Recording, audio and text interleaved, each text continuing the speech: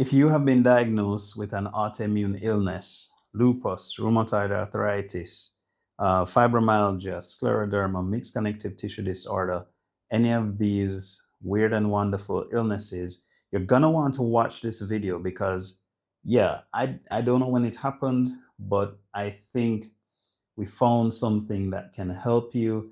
And I want to also ask you, stick around till the very end of the video. There's a very interesting surprise there for you. Let's go. Welcome to the Healthy Reasonings podcast with Dr. Andre. You are now listening to your number one source for clear, unfiltered conversations about your health and wellness. Join us every Tuesday for success stories, educational topics, and interviews with wellness experts from around the world. You can listen to this podcast on your computer, phone, or any other electronic device that streams podcasts, or download each episode and listen to it on the go. Let's get started with today's episode.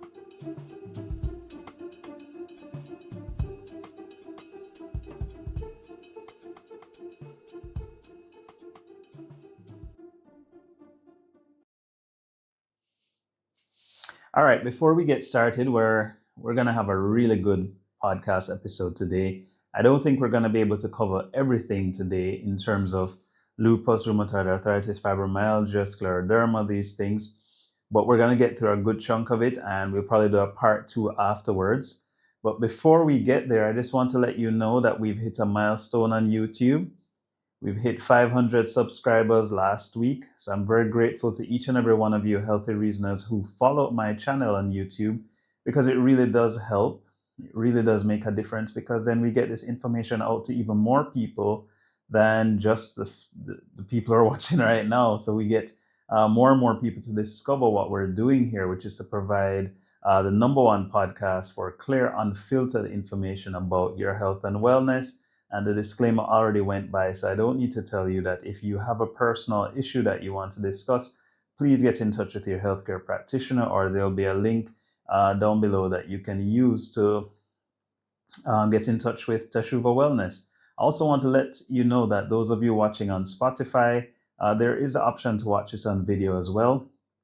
And everything that's happening moving forward is going to be on video. So if you want to see my face, and see some of the stuff I'm going to be sharing, you can just jump on over to video to do so. I want to remind you also to subscribe, like, and share with 5 friends, just 5 friends. Just share with 5 friends. It really helps. And today we're talking about autoimmune illnesses. So that includes lupus, or what SLE is a correct word, rheumatoid arthritis, or RA, fibromyalgia, scleroderma, mixed connective tissue disorders, and a whole host of others. But when we're talking about autoimmune illnesses, what we're really suggesting is auto being self, and immune being essentially indicating that the immune system of the body is targeting self. In other words, instead of targeting foreign invaders into the body or things that should not be there, what the body is actually doing is it's for some reason seeming to attempt to destroy its own tissues. And I did have to do Doctor of Medicine Part 1 in internal medicine, not to mention several years of medical school. So I can tell you about how we were classically trained to understand autoimmune illness. And basically, a very simplified way of looking at it was that we were taught that the body was attacking its own cells primarily because there was some alteration to the cells, or something that had changed, or even something that was within the cells that was irritating the body and causing it to want to destroy that unusual cell or unusual content of the cell, and in so doing, destroying the cell itself, which is not too bad. It's a really good way of summarizing what happens in autoimmune illnesses. But at the same time, it sends you on this everlasting chase to try and demonstrate that there's something within the cell that the body is trying to fix or destroy, or there's something wrong with the cell itself.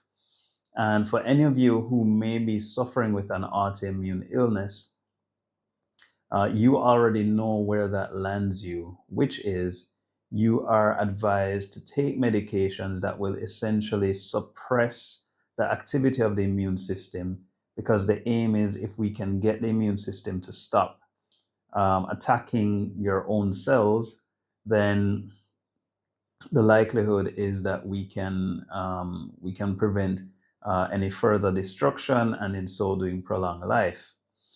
Now, at the same time, what many of you would have experienced, if you yourself are suffering with an autoimmune illness, or your family member or friend, you'll know that the journey really doesn't end, because suppressing the immune system has its own consequences.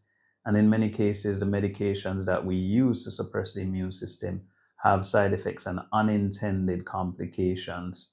And so having an autoimmune illness, even when it is controlled, can be a very frustrating journey.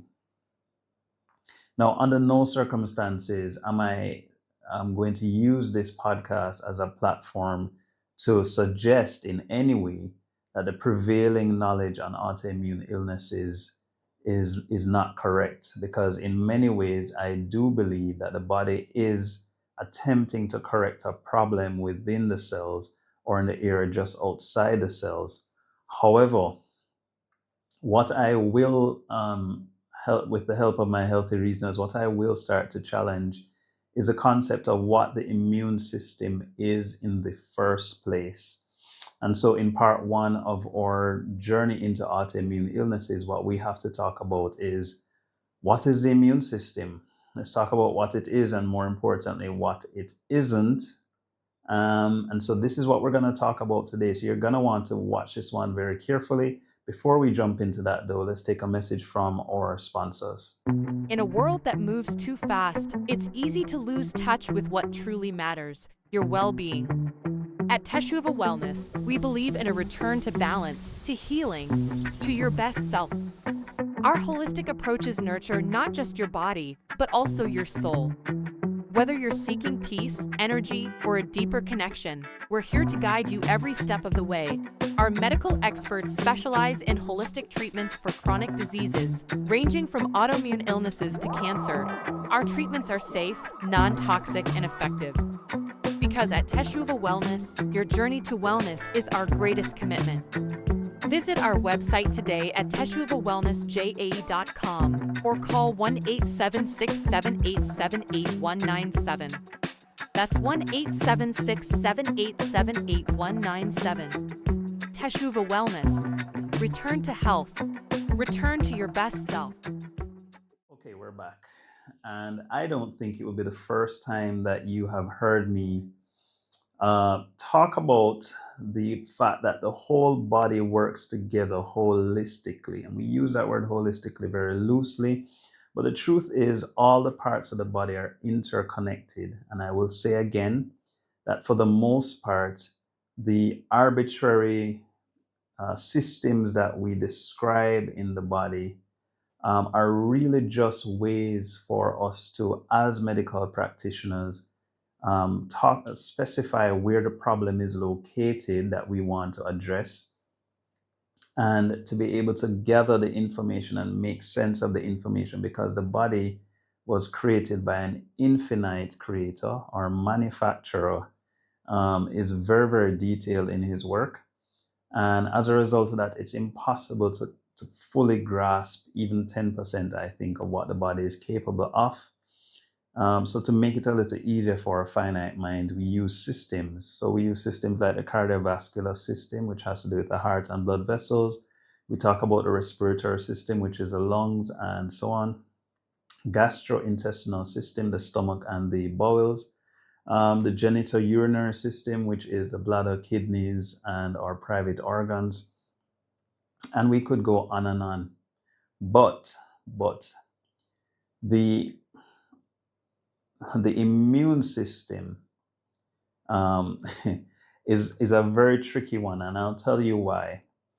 Because largely for the past, if you're watching this in 2025, for the past 5 years or so, we have been essentially unable to avoid hearing nonstop about the immune system in the context of white blood cells, um, and the different things that come with the white blood cells circulating around the bloodstream. And so we have largely been taught that the immune system, even though we may not have realized it, what we've been told is the immune system is in fact the white blood cells and so on circulating around the body, and that is what protects us.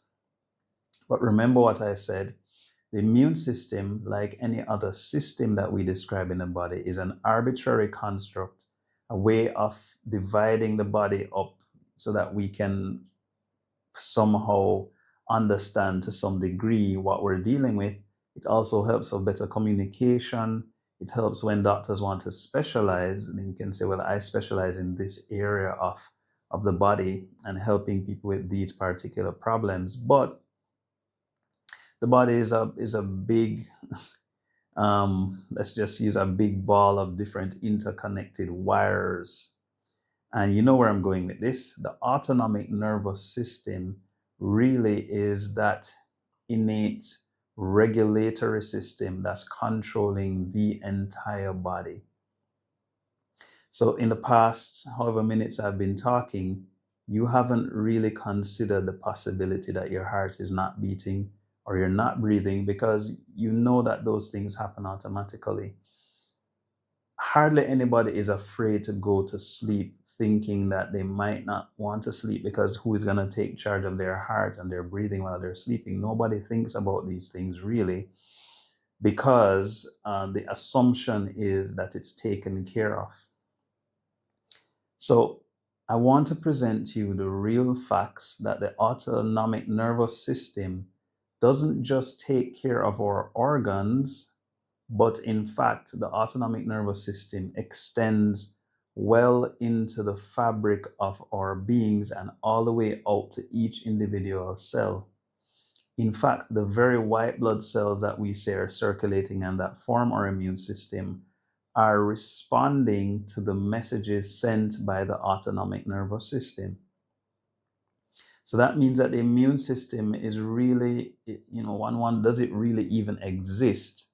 Because all it is, when you think about those white blood cells patrolling around the body, they're still answering to a central database or a central hub that's guiding them about where to go. So we know about the intercommunication between them and each of those cells, white blood cells and other white blood cells. But even then, the work of, I think, Dr. Candace Peart, you can double check me, showed that even the very patrol cars, so to speak, the white blood cells patrolling the body, have sensors and receptors that are responding to messages being sent out by the nervous system. So what that does then is it enables us to look at the immune system not as a standalone system or group of cells, but just as an extension really of the nervous system, because now we have what is essentially a mobile patrol, but it's still the same system. So what that means, therefore, is when we are speaking about immune system disorders, in this case, autoimmune disorders, we have the ability to look at them from the same perspective as we would look at any other dis-ease. Because the objective now is not to artificially suppress what the immune system is doing, but it is really to figure out what aspect of the body's autonomic nervous system is not functioning well. And we've spoken about this repeatedly in previous episodes. We've spoken about, most recently, episode 40, we did a vital reflex scan, which is a tremendous tool in the hands of the right practitioner to help to identify where the body has what is essentially a short circuit. And believe it or not, if we can identify that short circuit in that individual, regardless of what the disease is, then what we're doing is we're correcting the messaging that's going all around the body from the autonomic nervous system, and we're opening up the possibility of getting the body to regulate well again. And so, what that means, therefore, is we really don't need to know the exact details of the name or all the fancy features of each autoimmune disorder. But for argument's sake, we know that there are a few areas in the body that the autoimmune illnesses tend to target. A lot of the disease will affect the joints. A lot of the disease will affect the skin. And if you're looking at lupus, those of us who remember our med school mnemonics will remember that it affects the brain, the kidneys, in the intestines in some cases, the neurological issues, the different rashes that we can see, the problems with the blood and immune system, white blood cell values. And there are different things that we look for that differentiate, say, for example, lupus or rheumatoid arthritis. And there are different criteria that we use to kind of stage what we think this person has. So I'm out of breath. So here's a challenge now. Most people who will present to, I have some really brilliant colleagues who do rheumatology, which is a study of the essentially autoimmune diseases. And you'll notice that the word rheuma is in there because you know that it normally affects the joints. What tends to happen to a lot of patients, a good percentage of patients though, is that they'll develop these mysterious joint pains. They'll visit their doctor who may say, hey, I think this is suspicious for rheumatoid arthritis or lupus or whatever the case may be. And you may be referred on to a specialist. I have some, as I said, really, really brilliant ladies and gentlemen who really understand what to look for. But in many cases, when you present to the specialist, you may be told that you do not yet meet the full criteria for a specific disease. In other words, you're having these strange joint pains, maybe you have a skin rash, but there are several criteria that we as doctors use to determine where you stand. And that puts everybody in a funny position. If you don't meet all the criteria, then you're in a funny position because guess what? You don't have a label now, and what you're left with is whatever the symptoms were that you came in with, but now you don't have a clear idea of what they represent. And if we're going to be totally honest, it poses a problem for us as doctors as well, because we like to be able to put things neatly into different categories, and having put them into categories, then to assign an appropriate treatment. When someone doesn't neatly fit into a category, then we can say, well, you're acting like, or the disease is behaving like this is what it is. But we really can't demonstrate it at this time.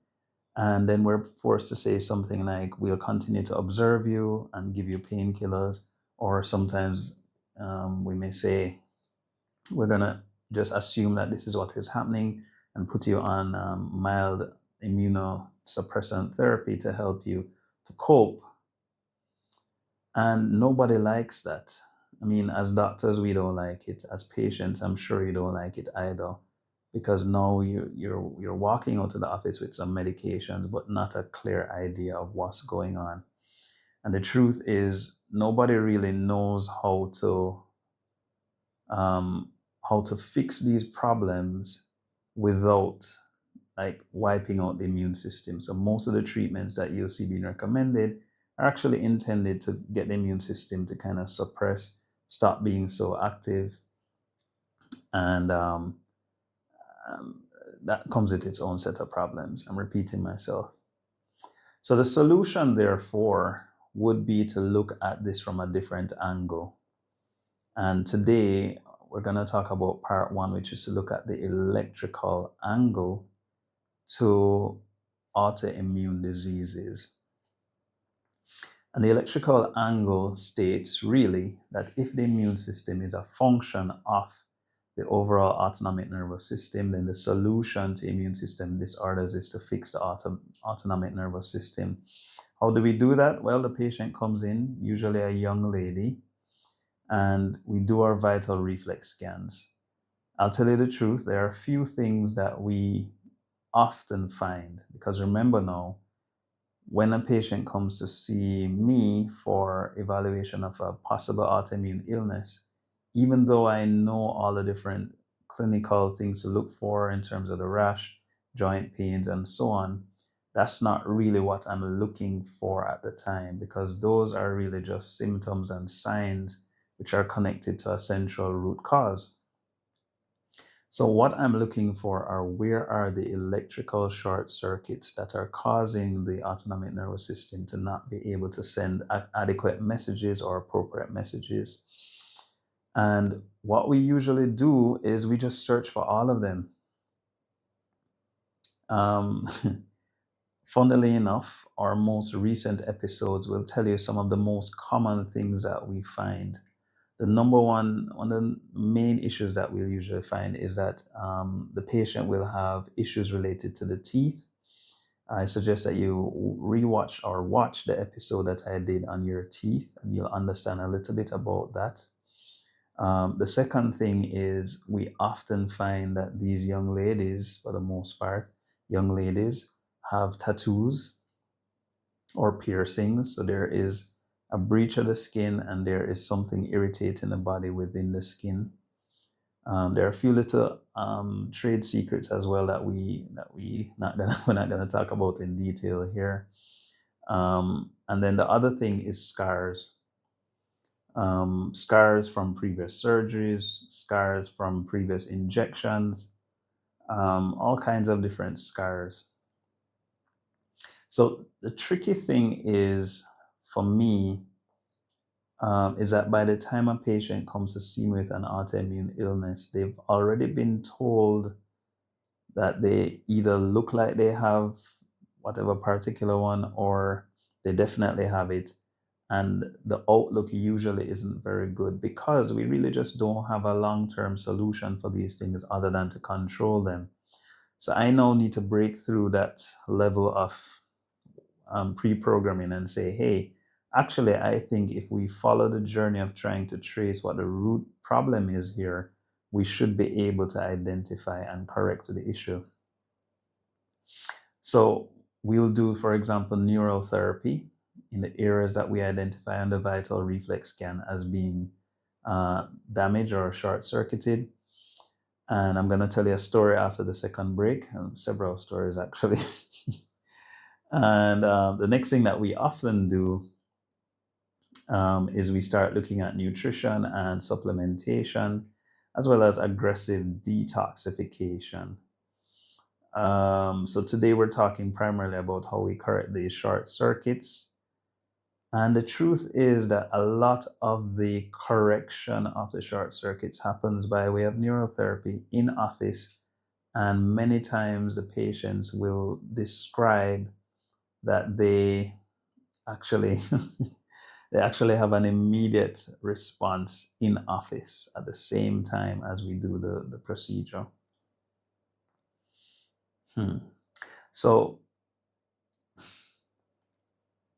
So this is revolutionary, because now what we can do is empower our ladies, for the most part ladies, sometimes gentlemen, to regain control of their bodies, and in so doing regain control of the immune system. And generally what happens with these patients is, the first time they see me, it's kind of like peeling back the layers of an onion. So the first time I see them, we do the vital reflex scan. The body will we'll discover something that's happening, and maybe the first layer of what's happening with the disease, and we correct that. We give them some time for the body to get adjusted to the new normal. Perhaps the next time they come, the body may show something slightly different or a little bit related to the initial work that we did. We may do a little bit more work there. And all the while, we're helping with nutrition and detoxification at the same time so that the body is able to clear all of the debris that we're generating. So, I guess what we're doing here today is we're talking primarily about possibilities so that we can have a further discussion around autoimmune illness and whether we really do need to just settle for keeping this disease under control. We're going to take a quick break, and then we'll be back with some exciting stories, some as recently as last week. See you soon.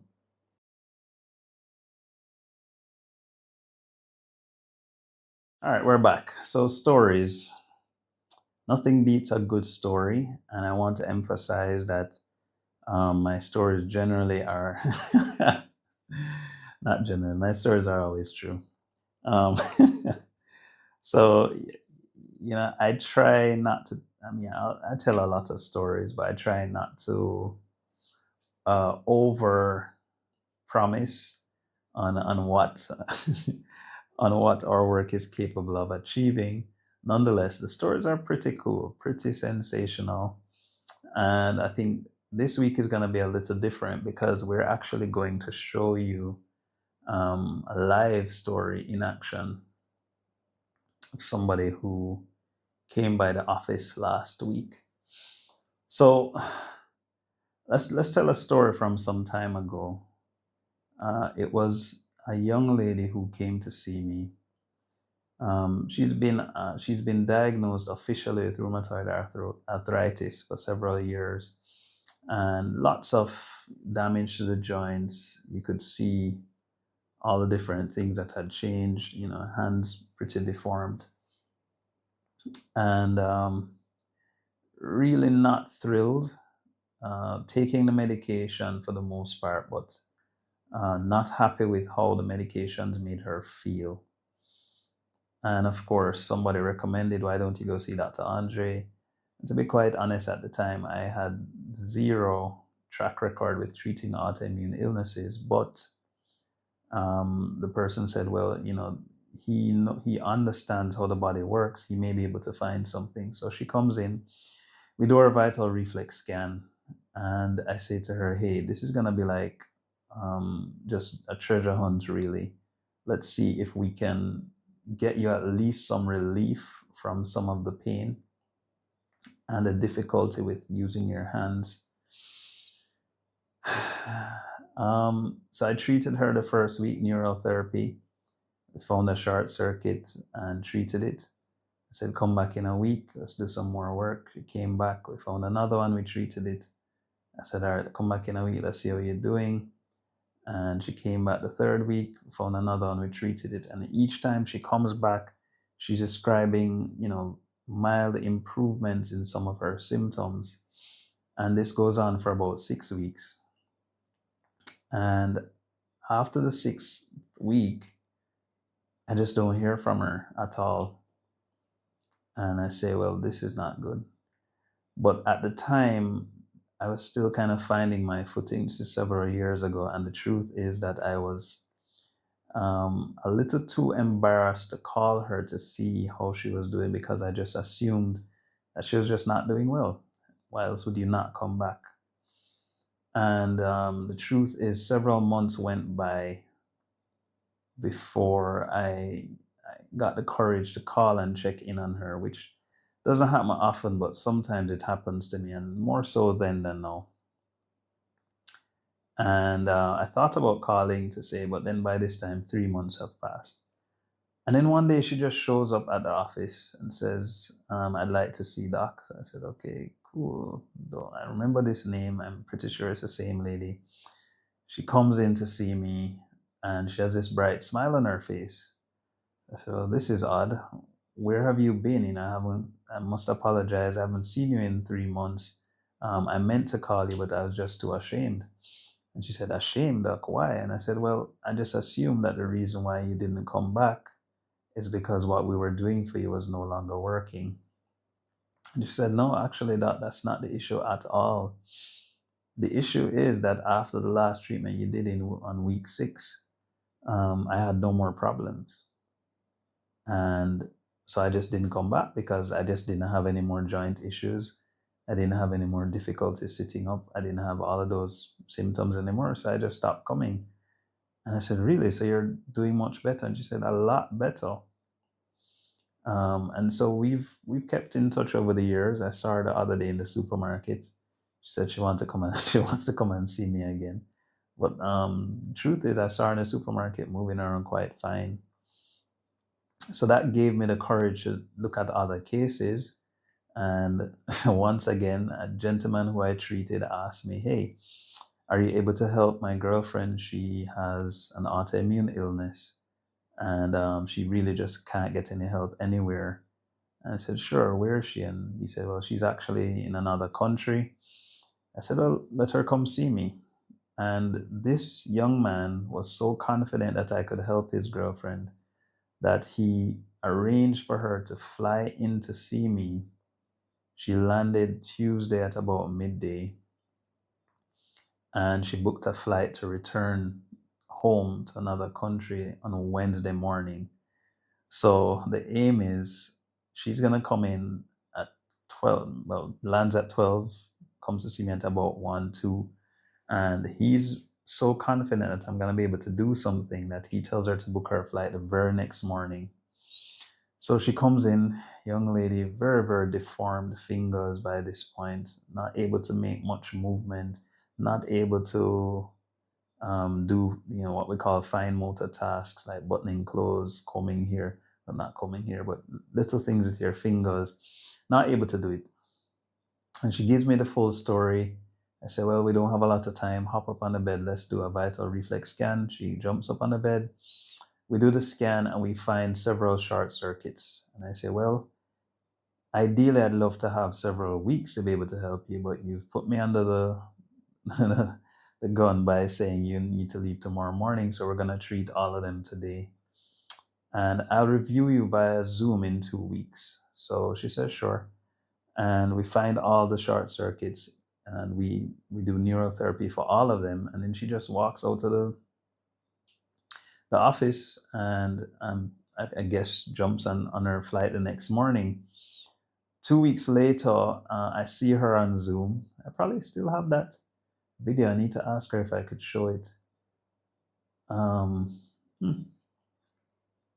So I see her on Zoom and she says, oh, Doc, I said, how are you doing? And she said, well, Doc, I'm not doing too well at all.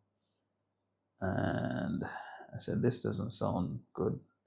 Not quite what I was expecting. So she's sitting at her desk and she's talking to me. She has this really sad face, and I'm asking her the usual questions like, okay, how is your sleep?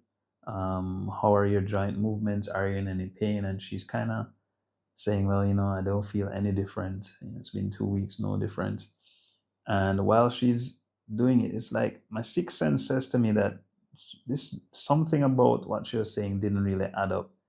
And while I was there, she was just taking a casual sip from a bottle of water on her desk, one of those bottled waters. And so she's drinking from it and putting it back down and covering it and putting it to the side. So about 15 minutes in, I'm like, I'm so sorry. I really thought that we got all the short circuits covered. And she says, Doc, haven't you been seeing since we started this session?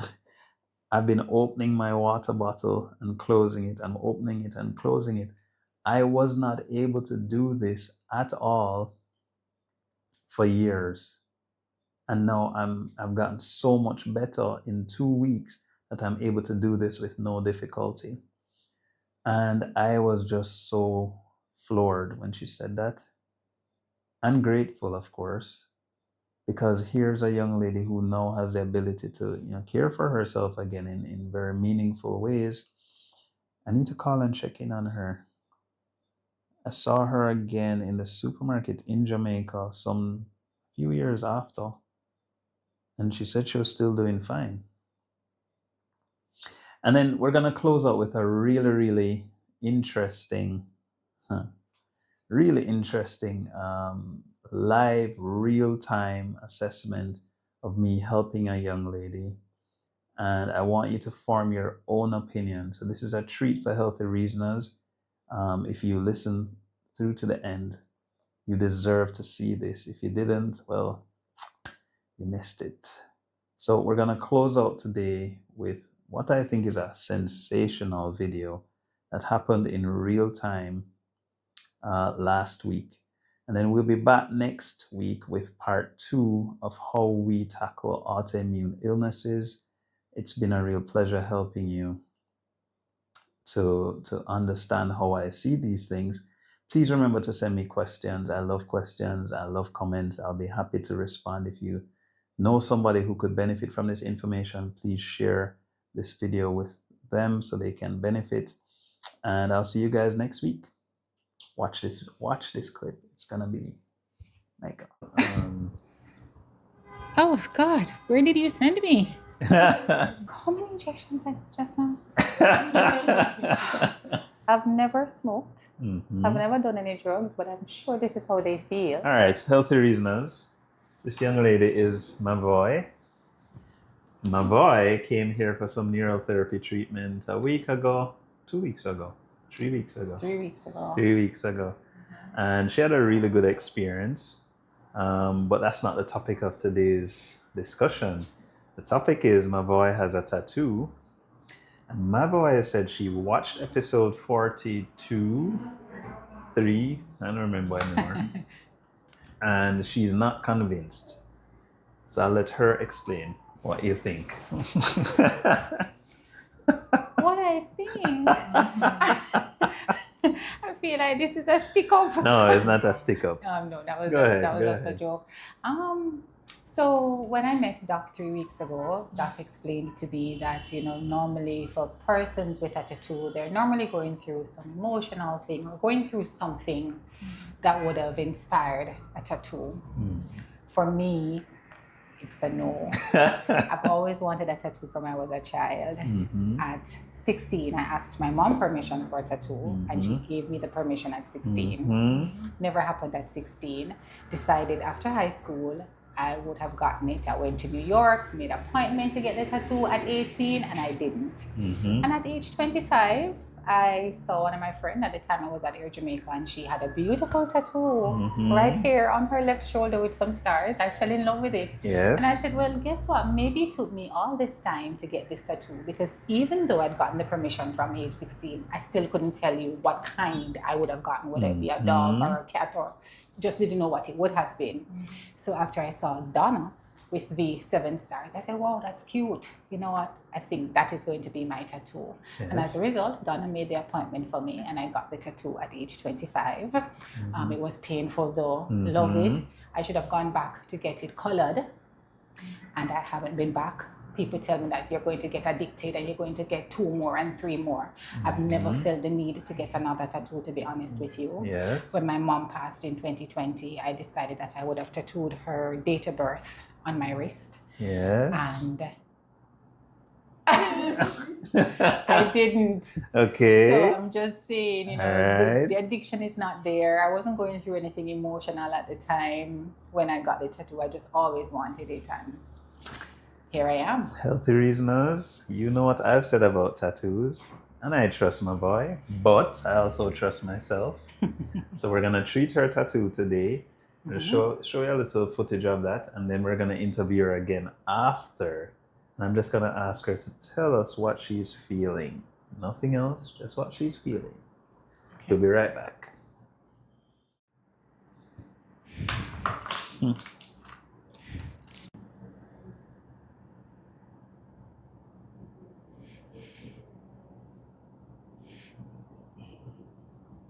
Notice that the tattoos are fading.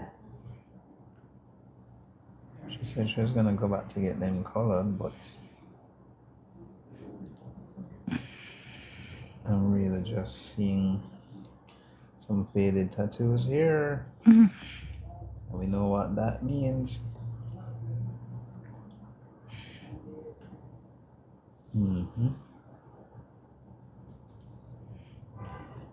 right, so we want to make sure we stimulate the body as much as we can to remove any short circuits.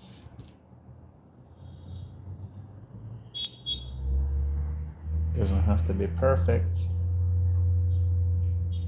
because we're not trying to give her another tattoo. What we're trying to do is just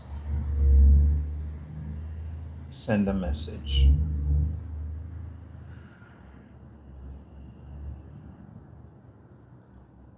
All right, so healthy reasoners, you should be noticing that her body is reacting.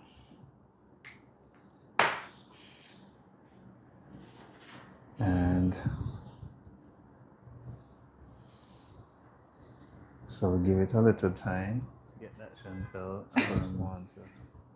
Oh God, where did you send me? I can sit up. How many injections I got just now? The first time you gave me one, and I just felt you going and going and going and going. Yeah. Mm-hmm.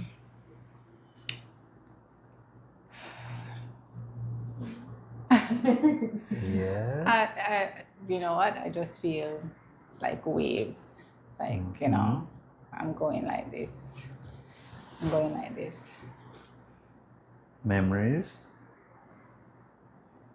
There's nothing vivid that's coming to mind. All right, just keep talking, my friend. We don't have to show healthy reasoners private info, but it would be good for them to see what the experience is like and hear from you.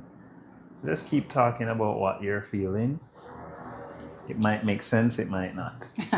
Well, I don't think this one makes sense, but while I was on, laying down, I remember my sister, when I just got diagnosed and she was praying for me, she said to me, God said, well, his word says, yea, though I walk through the valley, the shadow of death. She says, you're not stationary, you're walking, which simply means you're going to get through it. So, I felt like when I felt waves a while ago, I felt like, yeah, this must be a part of the shadow of death. There we go. Kind of thing. I feel I've never smoked. I've never done any drugs, but I'm sure this is how they feel. Yep, I've heard that one before. When somebody's high, I'm sure this is synonymous with that feeling. Oh yeah, that's your body releasing lots of stuff. Memories, toxin, electricity, energy, you name it. Whatever you want to call it, the body is just clearing it. Okay. So you can take the camera off, Yeah. Alright, good, that's well, that's no problem. You did well, my friend, you did well. Thank you for listening to another episode of the Healthy Reasonings podcast. Remember to subscribe to this podcast so you can be updated as soon as new episodes are ready. If you have a question, send us a voice note on WhatsApp or a WhatsApp message. The WhatsApp number is 1-876-405-7831. For more information or to become a sponsor, please email wellnessdocjamaica@gmail.com. See you soon.